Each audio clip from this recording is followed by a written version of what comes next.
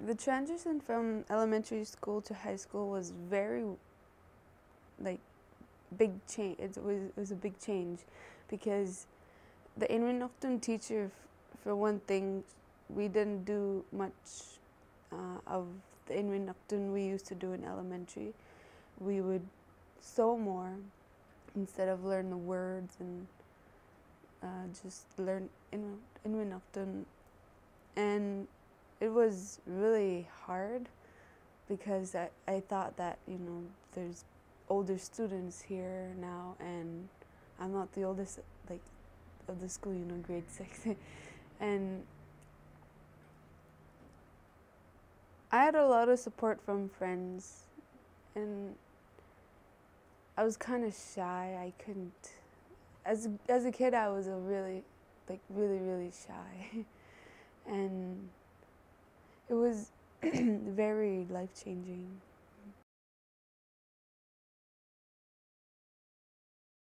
I would have liked if she at least used little words and translated them into Inuit, because that's what we were doing in elementary school all along. And it just kind of stopped as soon as we went into junior high. It was like we were learning, and then when we got to junior high, it just went downhill, and I think that's the main reason why I don't remember much of the Inuit language.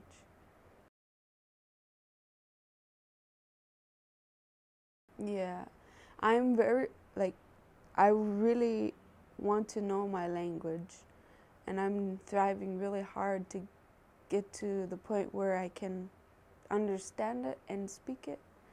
And here in NS, it's kind of bringing me up just a notch, because if I was here and I was from the Western Arctic, I would have understand a lot more, because this is Inuktitut and I know Inuit, two very different languages, dialects.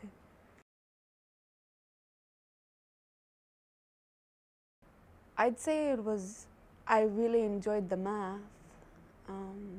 I did all my math in grade 10, that's how much I enjoyed it. It was fun.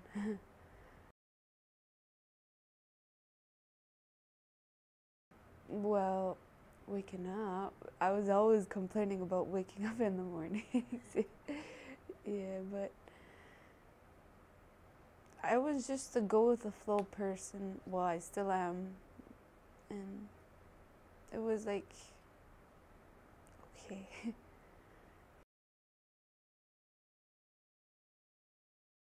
There was a couple, they'd get elders in every week, or either they would hire an elder to stay in the school the whole year.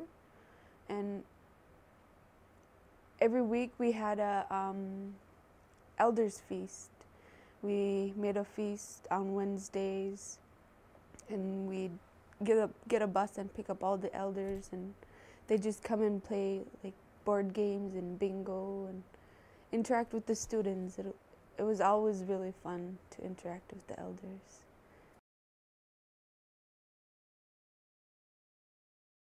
It was always playing bingo, because some of the elders don't know the numbers or can't hear, so we'd always, do the bingo card with them.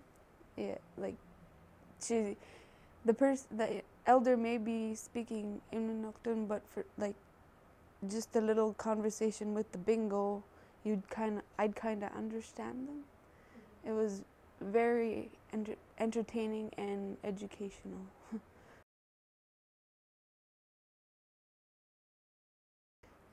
The biggest thing I've learned from those was that I really have to visit my elders in order for me to really know my language and interact with the elders and be with them, and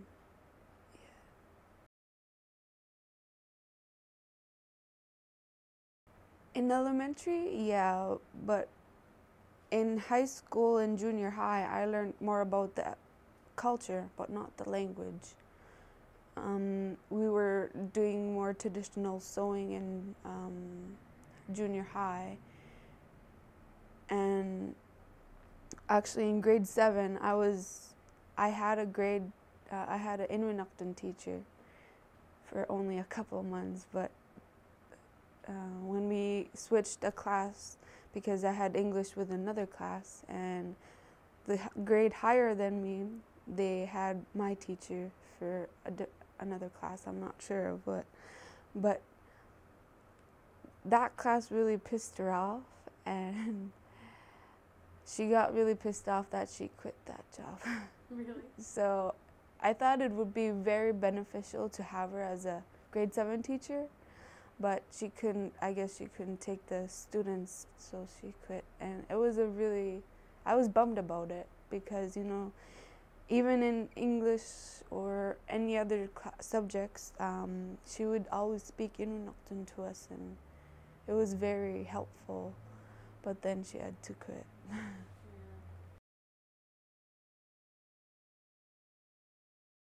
Well, because she was actually my preschool teacher, and we would, like, every time we saw each other on the streets, we'd, like, kind of, I don't know, be, like, she would always say, like, oh, hi, my girl, and stuff like that. It was kind of like I was her favorite. So it was really good. She tried her best to speak Inuit in, like, every class.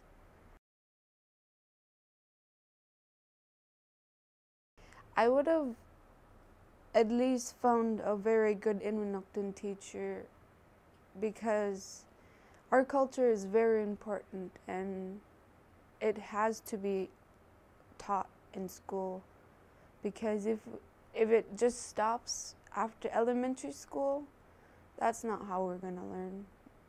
We need to be around it all the time in order to, like, know our language. And I would have made the bully system much more better, because a lot of students were always bullied when I was going to school. And I was bullied too. In elementary school, we had a bully system where when we went out for recesses, we would have a band, and a band would mean that we're bully busters. And if we see anything that looks like bully related, we'd go and bust them. And I would have really liked to see that in high school, because a lot of kids had quit because they're bullied so much.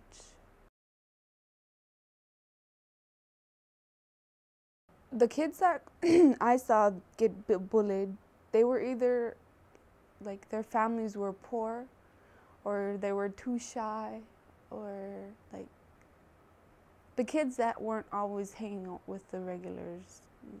Yeah.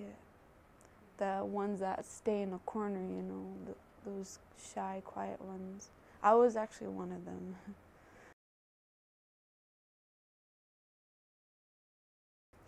Well, after I left high school, I didn't do anything for a year. I told myself that I would relax. I relaxed. After a while, I got bored, and then I was like, well, I should apply for NS. I started the application, and I finished it. It ended up being late, but I got accepted, and I got a job for the summer. I saved up money for when I came down here, and I was just, it felt like I was a bum. But no, I was just relaxing for the year. And I thought that now that I'm done high school, what should I do? But I knew I was gonna come to NS. I was thinking, what should I do after NS? And I was thinking maybe I go do I'll go do a midwifery program in Lincoln. But I'm really having a hard time finding out if they are still providing that program, because I don't see it on their website. And I was just really preparing for what should I do for schooling next.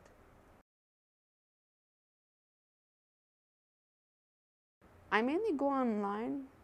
I would always ask my grade 12 teacher to help me, because she's really, she was my best teacher ever. But just recently she died of a heart attack, so I'm kind of stumped on where I'm gonna start, because she was always there to help me, you know. Yeah.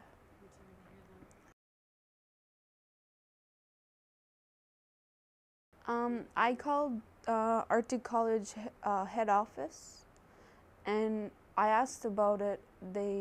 All they said to me is, well, you have to phone Iqaluit. And every time I try to phone that number, it doesn't. It's either busy or nobody's answering the phone. So I'm really having a hard time finding out about the program.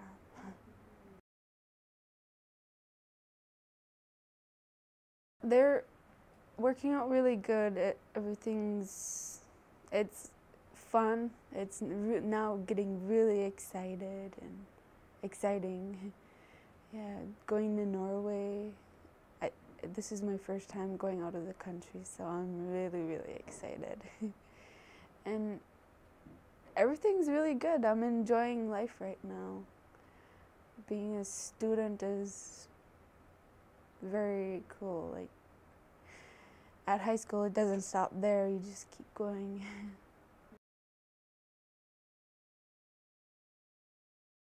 The biggest change for me was the homework load. And growing up, well, in grade 6, every day we'd get homework assignments. And like my grade 6 teacher, she was preparing us for high school, but really she was preparing us for college, I think, because in high school we didn't get homework at all. So this is like it was a really big change. Like every time we got homework here in Ines, I'd get so overwhelmed, and I'd kind of blame the high school because, you know, they were supposed to be preparing me for secondary school, but they didn't give any homework. But it's a Nunavut school, so it's like that, I think, pretty much everywhere. And once I got here, like the first semester, I was overwhelmed all the time, every time we got another assignment for homework. But this year I prepared myself more and committed myself to the homework, and it's working out really well.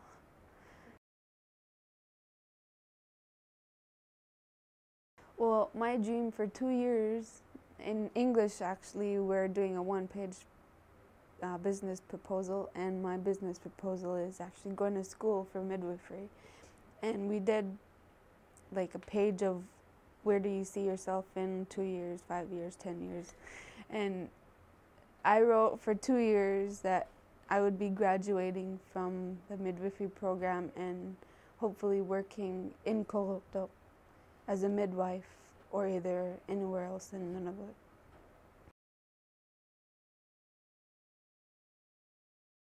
"10 years, I would be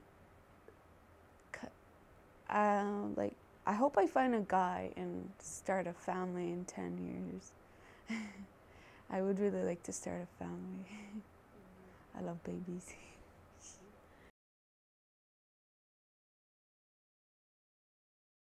In grade 9, I was always watching TV, TLC, the baby shows, and I thought it was really interesting. Like, I'd have to watch every episode.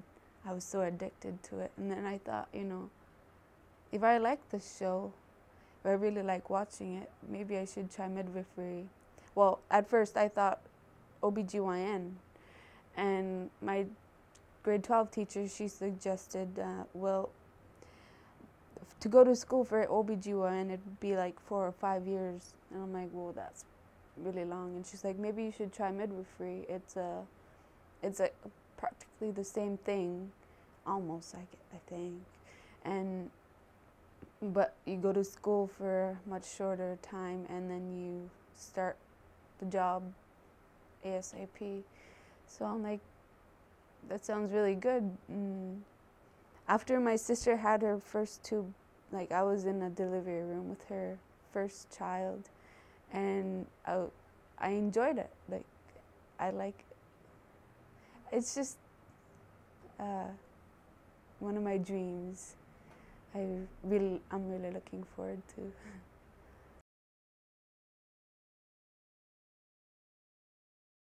I've been really trying hard to get the application, and I've been calling. I think it would probably be before the end of next month. So I'm thriving really hard now to find the application.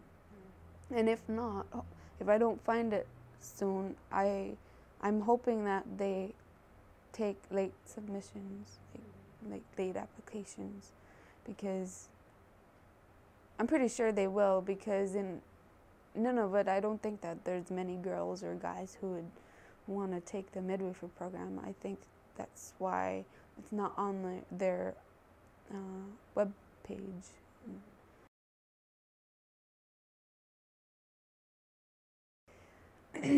I think the biggest change for me is budgeting. You know, there's shops here, like clothing stores, and you just want to shop. It's really hard to budget, especially when you have to buy groceries for your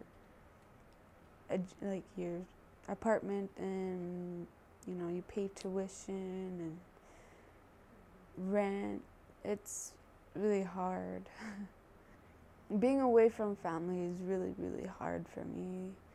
Like, yesterday, a couple of days ago, it was my nephew's 2nd birthday, so this week I've been really homesick, and being away from family is really hard, you know, because all your school life, they're there for your schooling support. My mom, she calls me every night. She's like, do you have homework? Okay, finish it. If she was here with me, she would have been like on me, like, go and do your homework right now. You're not going out until you're done your homework yet. But yeah, she's like thriving for me to finish this, and it's really hard to be away from family. I have family here, which is really helpful, but it would be nice if my family was here with me also. Being away from home is a good change, but you know, you always gotta go back home, make yourself feel whole again. Like, being from Nunavut, you know, you're going out camping all the time. You're on a land, and being on a land, it's kind of like for me, when I get on a land and I just go out for a walk and take everything in, it really calms me down, brings me back to earth. Yeah.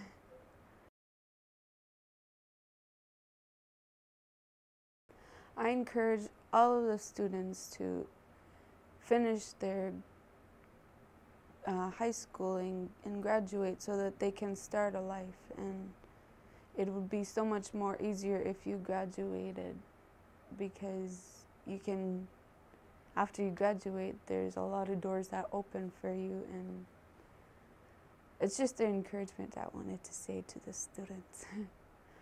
Yeah.